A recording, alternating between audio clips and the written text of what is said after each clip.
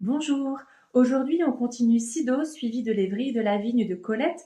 On a fini Sido et on est arrivé à la 8e nouvelle de l'Évry de la vigne. Dialogue de bête pour Sacha Guitry. À la campagne, l'été, elle somnole sur une chaise longue de rotin, ses deux amis Tobichien le bulle, Kiki la doucette l'angora jonchent le sable. Tobichien bâillant. Oh Kiki la doucette réveillée. Quoi? Tobichien. Rien, je bâille. Kiki la doucette. Mal à l'estomac? Tobichien. Non, je ne sais pas ce que j'ai. Depuis une semaine que nous sommes ici, il me manque quelque chose. Je crois que je n'aime plus la campagne. Kiki la doucette. Tu n'as jamais aimé réellement la campagne. Asnières et Bois-Colombes bornent tes désirs ruraux. Tu es né banlieusard. Tobichien qui n'écoute pas. L'oisiveté me pèse, je voudrais travailler. Kiki la doucette continuant.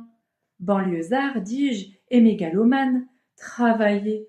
Oh, fta, tu l'entends, ce chien inutile? Travailler. Tobichien noble. Tu peux rire. Pendant 6 semaines, j'ai gagné ma vie, moi, aux folies élyséennes avec elle. Kiki la doucette. Elle, c'est différent. Elle fait ce qui lui plaît. Elle est têtue, dispersée, extravagante.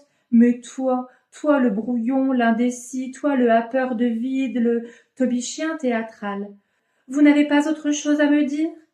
Kiki la doucette qui ignore Rostand. Si, certainement. Tobichien rogue. Eh bien, rentre-le, et laisse-moi tout à mon cuisant regret, à mes aspirations vers une vie active, vers ma vie du mois passé. Ah, les belles soirées, ah, mes succès, ah, l'odeur du sous-sol aux folies élyséennes, cette longue cave divisée en cabines exiguës, comme un rayon de ruches laborieuses et peuplées de 1000 petites ouvrières qui se hâtent, en travestis bleus brodés d'or, un dard inoffensif aux flancs coiffés de plumes écumeuses. Je revois encore éblouissant ce tableau de l'entente cordiale où défilait une armée de généraux aux cuisses rondes. Hélas, hélas! Kiki la doucette à part. Tobichien, c'est le brie chanteau du music-hall. Tobichien qui s'attendrit. C'est à cette heure émouvante du défilé que nous arrivions, elle et moi. Elle s'enfermait, abeille pressée, dans sa cellule et commençait à se peindre le visage afin de ressembler aux beaux petits généraux qui, au-dessus de nos têtes, martelaient la scène d'un talon indécis. J'attendais que, gainée d'un maillot couleur de hanneton doré, elle rouvrît sa cellule sur le fiévreux corridor. Couché sur mon coussin, je haletais un peu en écoutant le bruit de la ruche. J'entendais les pieds pesants des guerriers mérovingiens, ces êtres terribles casqués de fer et d'ailes de hibou qui surgissaient au dernier tableau sous le chêne sacré. Ils étaient armés d'arbres déracinés, moustachus d'étoupes blondes, et ils chantaient à temps cette si jolie valse lente. Dès que l'aurore au lointain paraît, chacun s'empresse dans la forêt aux joies exquises de la chasse dont jamais on ne se lasse. Ils se rassemblaient pour y tuer, au fond des bois, des ribambelles de gazelles et de 10 corps aux abois. Kiki la doucette à part. Poésie, poésie. Tobichien. Adieu tout cela, adieu ma scintillante amie madame Bariol-Tauger. Vous m'apparûtes plus belle qu'une armée rangée en bataille, et mon cœur chauvin, mon cœur de bulle bien français gonfle au souvenir des strophes enflammées dont vous glorifiâtes l'entente cordiale. Crête rose, ceinture bleue, robe blanche, vous étiez telle qu'une belle poule gauloise, et pourtant vous demeuriez la Parisienne, astre vermeil, apportant son rayon de soleil, la Parisienne, la v'là, pour chasser le spleen, aussitôt qu'elle est là, tous les cœurs s'illuminent. Kiki la doucette intéressée. De qui sont ces vers? Tobichien. Je ne sais pas, mais leur rythme impérieux rouvre en moi des sources d'amertume. J'attendais l'heure où les Élysée Girls, maigres, affamées et joueuses, redescendraient de leur Olympe pour me serrer l'une après l'autre sur leurs gorges plates et dures, me laissant suffoquer, béat, le poil marbré de plaques roses et blanches. J'attendais, le cœur secoué, l'instant enfin où elle monterait à son tour, indifférente, farouchement masquée d'une gaieté impénétrable vers le plateau, vers la fournaise de lumière qui m'enivrait. Écoute, chat, j'ai vu dans ma vie bien des choses. Kiki la doucette à part apitoyée. C'est qu'il le croit. Tobichien. Mais rien n'égale dans l'album de mes souvenirs cette salle des folies élyséennes où chacun espérait ma venue, où l'on m'accueillait par une rumeur de bravos et de rires. Modeste, et d'ailleurs myope, J'allai droit à cet être étrange, tête sans corps, chuchoteur, qui vit dans un trou tout au bord de la Seine. Bien que j'en eusse fait mon ami, je m'étonnais tous les soirs de sa monstruosité, et je dardais sur lui mes yeux saillants de homard. Mon second salut était pour cette frétillante créature qu'on nommait Carnac et qui semblait la maîtresse du lieu, accueillant tous les arrivants du même sourire à dents blanches, du même ah de bienvenue. Elle me plaisait entre toutes. Hors de la scène, sa jeune bouche fardée jetait dans un rire éclatant des mots qui me semblaient plus frais que des fleurs mouillées. Bougre-dent, poté, sacré petit Mac, vieux chameau d'habilleuse, elle m'a foutu entre les jambes une tirette qui me coupe le... J'ai oublié le reste. Après que j'avais d'une langue courtoise léché les doigts menus de cette enfant délicate, je courais de l'une à l'autre avant scène, pressée de choisir les bonbons qu'on me tendait, minaudant pour celle-ci, aboyant pour celui-là. Kiki la doucette à part. Cabotin, va. Tobichien. Et puis j'oubliais l'heure que je passais dans l'avant-scène de droite, au creux d'un giron de mousseline et de paillettes, bercé contre une gorge abondante où pendaient des colliers. Mais elle troubla trop tôt ma joie et vint, ayant dit et chanté, me pêcher par la peau de la nuque, me reprendre aux douces mains gantées qui voulaient me retenir. Cette heure merveilleuse finit dans le ridicule, car elle me brandit aux yeux d'un public égayé en criant voilà, mesdames et messieurs, le sale cabot qui fait les avant-scènes. Elle riait aussi, la bouche ironique et les yeux lointains, avec cet air agressif et gai qui sert de masque à sa vraie figure, tu sais. Kiki la doucette, bref. Je sais. Tobichien poursuivant. Nous descendions après vers sa cellule lumineuse où elle essuyait son visage de couleur, la gomme bleue de Cécile. Elle, la regardant endormie, elle est là, étendue, elle sommeille, elle semble ne rien regretter. Il y a sur son visage un air heureux de détente et d'arrivée. Pourtant, quand elle rêve de longues heures, la tête sur son bras plié, je me demande si elle n'évoque pas, comme moi, ces soirs lumineux de printemps parisien tout enguirlandés de perles électriques. C'est peut-être cela qui brille au plus profond de ses yeux. Kiki la doucette. Non, je sais, moi, elle m'a parlé. Tobichien jaloux. À moi aussi, elle me parle. Kiki la doucette. Pas de la même manière. Elle te parle de la température, de la tartine qu'elle mange, de l'oiseau qui vient de s'envoler. Elle te dit viens ici, gare à ton derrière, tu es beau, tu es laid, tu es mon crapaud bringé, ma sympathique grenouille. Je te défends de manger ce crottin sec. Tobichien. C'est déjà très gentil, tu ne trouves pas? Kiki la doucette. Très gentil. Mais nos confidences, d'elle à moi, de moi à elle, sont d'autre sorte. Depuis que nous sommes ici, elle s'est confiée presque sans parole à mon instinct divinateur. Elle se délecte d'une tristesse et d'une solitude plus savoureuses que le bonheur. Elle ne se lasse pas de regarder changer la couleur des heures. Elle erre beaucoup, mais pas loin, et son activité piétine sur ces 10 hectares bornés de murs en ruine. Tu la vois parfois debout sur la cime de notre montagne, sculptée dans sa robe par le vent amoureux, les cheveux tour à tour droits et couchés comme les épis du seigle, et pareille à un petit génie de l'aventure. Ne t'en émeus pas, son regard ne défie pas l'espace, il y cherche, il y menace seulement l'intrus en marche vers sa demeure, l'assaillant de sa retraite. Dirais-je sentimental? Tobichien, dis-le. Kiki la doucette. Elle n'aime point l'inconnu et ne chérit sans trouble que ce lieu ancien, retiré, ce seuil usé par ses pas enfantins, ce parc triste dont son cœur connaît tous les aspects. Tu la crois assise là, près de nous. Elle est assise en même temps sur la roche tiède au revers de la combe et aussi sur la branche odorante et basse du pin argenté. Tu crois qu'elle dort? Elle cueille en ce moment au potager la fraise blanche qui sent la fourmi écrasée. Elle respire sous la tonnelle de rose l'odeur orientale et comestible de 1000 roses vineuses mûres en un seul jour de soleil. Ainsi immobile et les yeux clos, elle habite chaque pelouse, chaque arbre, chaque fleur. Elle se penche à la fois, fantôme bleu comme l'air, à toutes les fenêtres de sa maison chevelue de vigne. Son esprit court, comme un sang subtil, le long des veines de toutes les feuilles, se caresse au velours des géraniums, à la cerise vernie, et s'enroule à la couleuvre poudrée de poussière au creux du sentier jaune. C'est pourquoi tu la vois si sage et les yeux clos, car ses mains pendantes, qui semblent vides, possèdent et égrènent tous les instants d'or de ce beau jour lent et pur. Tobichien et la musique pour Louis de Serres. Tobichien, le petit bulle que j'interviewai, protesta. Ne me dites pas que je n'aime pas la musique, Personne n'est fixé là-dessus, et moi-même. Il s'interrompit et rêva un instant, son bref menton appuyé sur ses pattes de devant.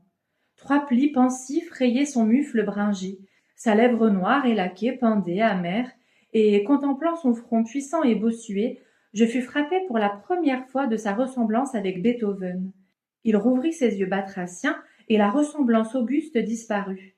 À présent, les narines fendues et retroussées, les globes saillants des yeux rappelaient lointainement Joseph Reynard, en plus humain.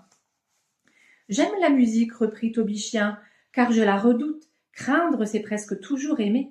Ô profond psychologue, lui dis-je, éclairez-moi. De quel amour donc enveloppez-vous ce que vous désignez d'un terme ample et vague, la musique? Toute la musique? Aubichien hésita. Si je précise, avoua-t-il avec une modestie charmante, je vais bafouiller. Vous ne saurez jamais ce que souffre une âme compliquée comme la mienne, obligée de se traduire par un vocabulaire de 500 mots. Illettré sensitif, voilà ce que je suis comme la plupart des petits bulldogs. Et la musique augmente ma misère en ouvrant en moi des jardins enchantés, des palais lumineux, des grottes où frissonne l'inconnaissable. Faudra-t-il un I majuscule à inconnaissable, insinuai-je déférente? Oh non, la dimension ordinaire suffira. Et puis, ne m'interrompez pas comme ça tout le temps, j'ai déjà assez de mal.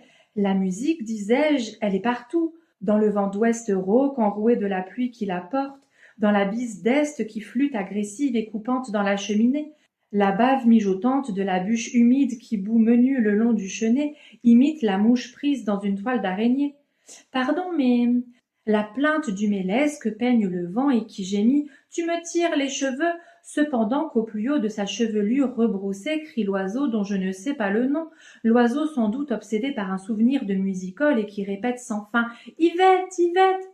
Ce n'est pas de cela, vous dirai-je encore, poursuivit Aubichien lancé, la musique du crapaud obscur qui égoutte de seconde en seconde sa note liquide perle de cristal qu'on peut ouïr rouler entre l'herbe et s'y figer.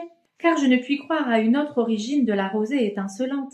Esquisserais-je pour vous l'harmonie modeste de la bouilloire, grillonne tapie dans les cendres ardentes, petite sorcière ventrue, bienveillante, quoiqu'elle crache la vapeur par sa lèvre en lippe? C'est elle qui rythme mon sommeil 20 fois rompu, ma sieste en miettes de repos qui ne me repose guère.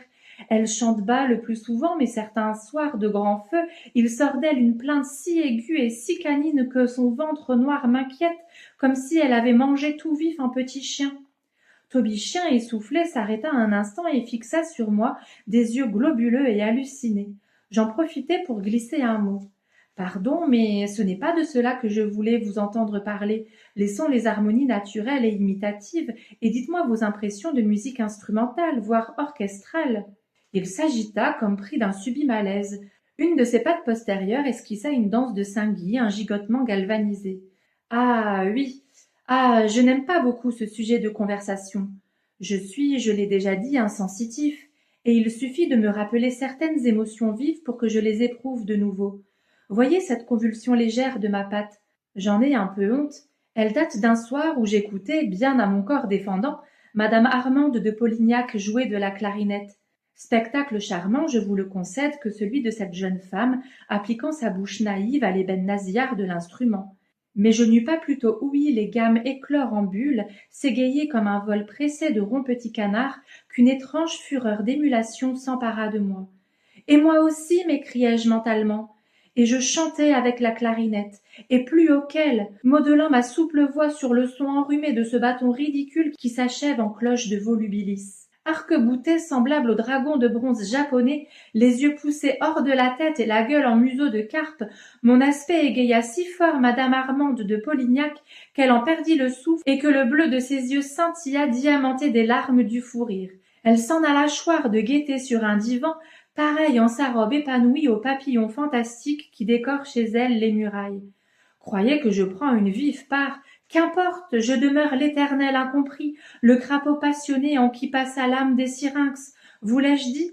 Le majeur m'excite à de folles courses circulaires, tandis qu'aux mélodies mineures, mes oreilles se tirent en arrière, ma langue pâlit, et je pleure tout haut je ne sais quelle inconsolable tristesse. Un jour, au concert Colonne dans la loge 22, comment, vous suivez les concerts?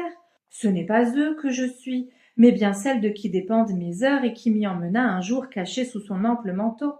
noyé de sonorités, suffoqué sous les ruissellements des harpes sciées en menus morceaux par le fil des archers, cependant qu'en outre les cuivres m'aboyaient aux trousses, je ne trouvais pas un cri, pas un mot, à peine un soupir, et le troisième acte de Parsifal commença avant que je revinsse à moi. Mais un chemin lumineux divisa tout à coup les nuées de ma cervelle fumeuse, un hautbois se mit à chanter. Ma volonté de silence fondit en larmes mystérieuses qui me trempaient le cœur. Je me sentis la plus misérable à la fois et la plus comblée des créatures. Le sanglot qui jaillit de moi fut si rauque, si incongru, si impossible à attribuer à un gosier canin, qu'à tout hasard un municipal expulsa des secondes galeries un individu suspect et long chevelu. Ma maîtresse m'emmena et je n'entendrai plus le pur et frêle hautbois. Nous n'irons plus au bois. Comme dirait Willy, il a déjà dû le dire. Permettez maintenant que je vous quitte. Je n'ai que trop retardé l'heure de ma sieste méditative. Encore quelques instants et ce sera l'heure où, pincée, sagace, autoritaire, survient la chatte grise qui règne sur ce logis et change, d'un revers de patte, la couleur de mes pensées. Belle de jour pour Charles Saglio. La guêpe mangeait la gelée de groseille de la tarte. Elle y mettait une hâte méthodique et gloutonne, la tête en bas, les pattes engluées, à demi disparues dans une petite cuve rose aux parois transparentes. Je m'étonnais de ne pas la voir enfler, grossir, devenir ronde comme une araignée. Et mon amie n'arrivait pas. Mon amie si gourmande qui vient goûter assidûment chez moi, parce que je choisis ses petites manies, parce que je l'écoute bavarder, parce que je ne suis jamais de son avis. Avec moi, elle se repose. Elle me dit volontiers sur un ton de gratitude que je ne suis guère coquette, et je n'épluche point son chapeau ni sa robe d'un œil agressif et féminin. Elle se tait quand on dit du mal de moi chez ses autres amis. Elle va jusqu'à s'écrier « Mes enfants, Colette est toquée, c'est possible, mais elle n'est pas si rosse que vous la faites. » Enfin, elle m'aime bien. Je ressens, à la contempler, ce plaisir apitoyé et ironique qui est une des formes de l'amitié. On n'a jamais vu une femme plus blonde, ni plus blanche, ni plus habillée, ni plus coiffée. La nuance de ses cheveux, de ses vrais cheveux, hésite délicatement entre l'argent et l'or, et Loisel dut faire venir de Suède la chevelure annelée d'une fillette de 6 ans, quand mon ami désira les chichis réglementaires qu'exigent nos chapeaux.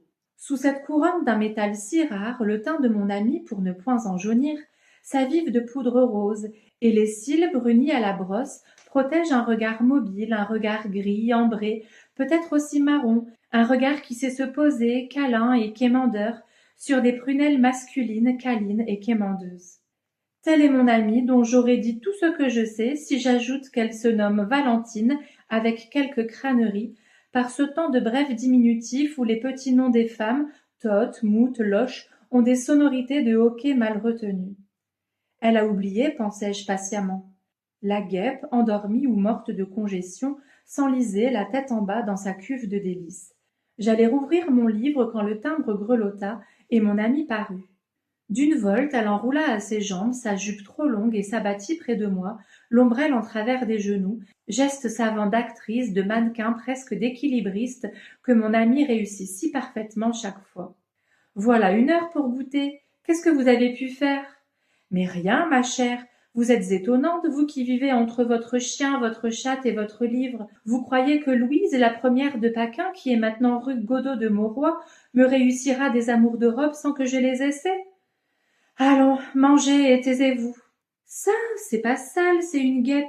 Figurez-vous qu'elle a creusé toute seule ce petit trou. Je l'ai regardée, elle a mangé tout ça en 25 minutes. Comment vous l'avez regardée? Quelle dégoûtante créature vous êtes, tout de même. Non, merci, je n'ai pas faim. Non, pas de thé non plus. Alors je sonne pour les toasts. Si c'est pour moi, pas la peine, je n'ai pas faim, je vous dis. Vous avez goûté ailleurs, petite rosse. Parole, non. Je suis toute chose, je ne sais pas ce que j'ai. Étonnée, je lève les yeux vers le visage de mon ami, que je n'avais pas encore isolé de son chapeau insensé, grand comme une ombrelle, hérissé d'une fusée épanouie de plumes, un chapeau feu d'artifice, un Lewis Grando de Versailles, un chapeau pour géante qui eût accablé jusqu'aux épaules la petite tête de mon ami, sans les fameux chichis blonds suédois. Les joues poudrées de rose, les lèvres vives et fardées, les cils raidis de mascaro lui composaient son frais petit masque habituel. Mais quelque chose là-dessous me sembla changé, éteint, absent. En haut d'une joue moins poudrée, Un sillon mauve gardait la nacre, le vernissait de larmes récentes. Ce chagrin maquillé, ce chagrin de poupée courageuse me remua soudain, et je ne pus me retenir de prendre mon amie par les épaules dans un mouvement de sollicitude qui n'est guère de mise entre nous. Elle se rejeta en arrière en rougissant sous son rose, mais elle n'eut pas le temps de se reprendre et renifla en vain son sanglot. Une minute plus tard, sans que nous eussions échangé d'autres paroles, elle pleurait en essuyant l'intérieur de ses yeux pour empêcher son mascaro de fondre avec la corne d'une serviette à thé. Elle pleurait avec simplicité, attentive à ne pas tacher de larmes sa robe en crêpe de Chine, à ne point défaire sa figure. Elle pleurait soigneusement, proprement, petite martyre du maquillage. « Je ne puis pas vous être utile, lui demandai-je doucement. Elle fit non de la tête, soupira en tremblant et me tendit sa tasse où je versais du thé refroidi. « Merci, murmura-t-elle, vous êtes bien gentille. Je vous demande pardon, je suis si nerveuse. Pauvre gosse, vous ne voulez rien me dire? Oh Dieu, si, ce n'est pas compliqué, allez. Il ne m'aime plus. Son amant. Je n'y avais pas songé, un amant, elle. Et quand, et où, et qui? Cet idéal mannequin se dévêtait l'après-midi pour un amant. Un tas d'images saugrenues se levèrent, se couchèrent devant moi, que je chassai en m'écriant « Il ne vous aime plus? Ce n'est pas possible! Oh si, une scène terrible! » Elle ouvrit sa glace d'or, se poudra, essuya ses cils d'un doigt humide. « Une scène terrible hier! » Jaloux? Lui, jaloux? Je serais trop contente. Il est méchant, il me reproche des choses, je n'y peux rien pourtant. Elle bouda, le menton doublé sur son haut col. Enfin, je vous fais juge, un garçon délicieux, et nous n'avions jamais eu un nuage en 6 mois, pas un accroc, pas ça. Il était quelquefois nerveux, mais chez un artiste. Ah, il est artiste, peintre, ma chère, et peintre de grand talent. Si je pouvais vous le nommer, vous seriez bien surprise. Il a chez lui 20 sanguines d'après moi, en chapeau, sans chapeau, dans toutes mes robes. C'est d'un enlevé, d'un vaporeux. Les mouvements des jupes sont des merveilles. Elle s'animait, un peu défaite, les ailes de son nez mince brillantes de larmes essuyées et d'un commencement de coupe rose légère. Ses cils avaient perdu leur gomme noire, ses lèvres leur carmin. Sous le grand chapeau saillant et ridicule, sous les chichis postiches, je découvrais pour la première fois une femme, pas très jolie, pas laide non plus, fade si l'on veut, mais touchante, sincère et triste. Et qu'est-ce qui est arrivé, risquai-je? Ses paupières rougirent brusquement.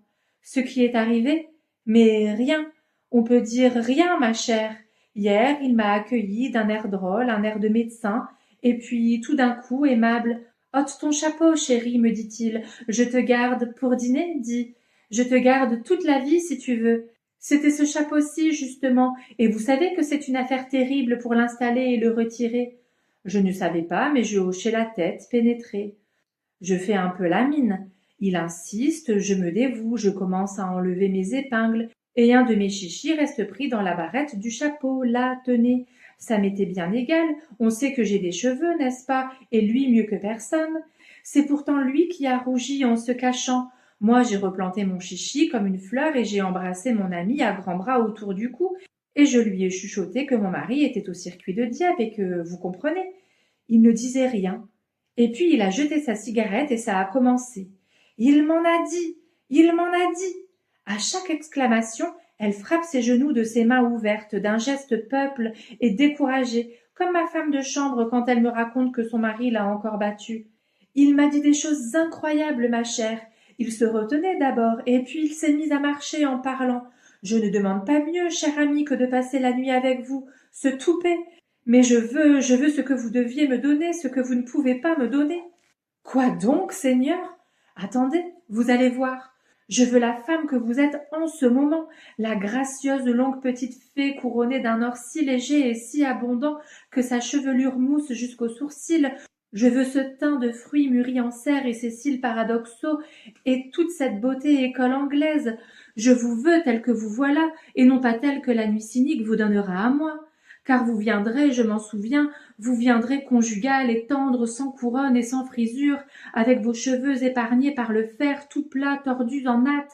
Vous viendrez petite, sans talons, vos cils déveloutés, votre poudre lavée. Vous viendrez désarmée et sûre de vous, et je resterai stupéfait devant cette autre femme. Mais vous le saviez pourtant, criait-il, vous le saviez. La femme que j'ai désirée, vous telle que vous voilà, n'a presque rien de commun avec cette sœur simplette et pauvre qui sort de votre cabinet de toilette chaque soir. De quel droit changez-vous la femme que j'aime? Si vous vous souciez de mon amour, comment osez-vous défleurir ce que j'aime? Il en a dit, je ne bougeais pas. Je le regardais, j'avais froid. Je n'ai pas pleuré, vous savez pas, devant lui. C'était très sage, mon enfant, et très courageux. Très courageux, répète-t-elle en baissant la tête. Dès que j'ai pu bouger, j'ai filé. J'ai entendu encore des choses horribles sur les femmes, sur toutes les femmes, sur l'inconscience prodigieuse des femmes, leur imprévoyant orgueil, leur orgueil de brute qui pense toujours, au fond, que ce sera assez bon pour l'homme. Qu'est-ce que vous auriez répondu, vous? Rien. Rien, c'est vrai. Que dire?